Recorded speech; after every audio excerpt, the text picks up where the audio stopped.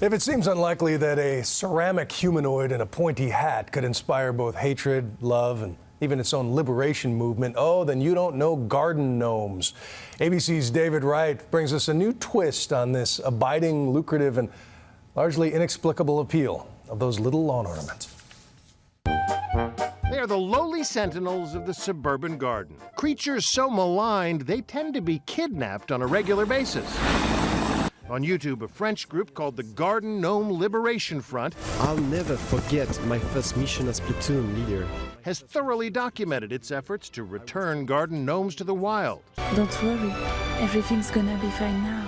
An idea so kooky, Travelocity built an ad campaign around it. I was nabbed from my rather boring garden by a handsome captor and secreted off around the world. The popularity of these Germanic garden dwarves has also inspired a booming business. How are you?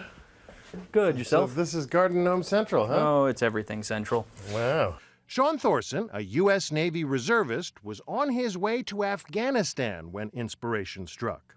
Sometime around 3 o'clock in the morning, standing and watching a bridge where there's nothing out there except for me and the horizon, and just started writing down notes of, different goofy concepts I could come up with using garden gnomes. We are in Code Red. Recon Plan Charlie. Execute. Let's move. He started to think of those little green army action figures. The ones from Toy Story? Oh, I thought I told him to pick these up. That's when he thought combat garden gnomes. Heavily armed little bearded guys. Very much so, yeah. He sold about 1,500 of them at $50 a pop. I did a standing rifleman, I did the kneeling rifleman, I did a prone rifleman, the RPG guy. I've got one that's the officer with the pistol in the sort of follow me pose. He even has plans for a parachute guy. The deal is he'll hang from a tree, a little guy with his legs dangling. He now plans to make special forces garden gnomes. Hunched down like he's coming up on the beach with the flippers hanging off of one arm and a little MP5 submachine gun. SEAL Team 6 garden gnomes? Exactly. He's not the only gnome maker to take creative license. You can also buy zombie gnomes. Perfect for Halloween. Even zombie gnomes devouring a pink flamingo.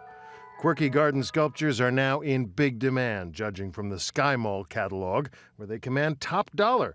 But who buys this stuff? Welcome to Jurassic Park.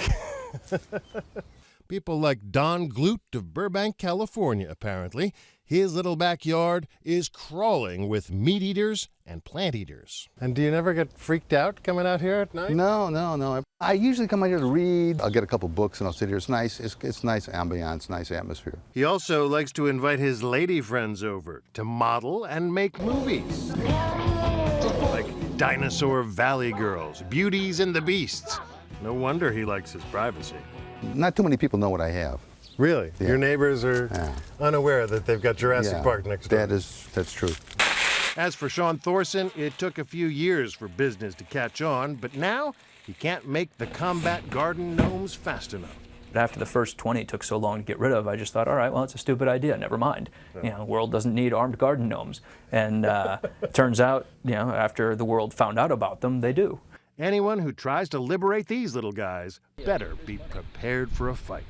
I'm David Wright for Nightline in Petaluma, California.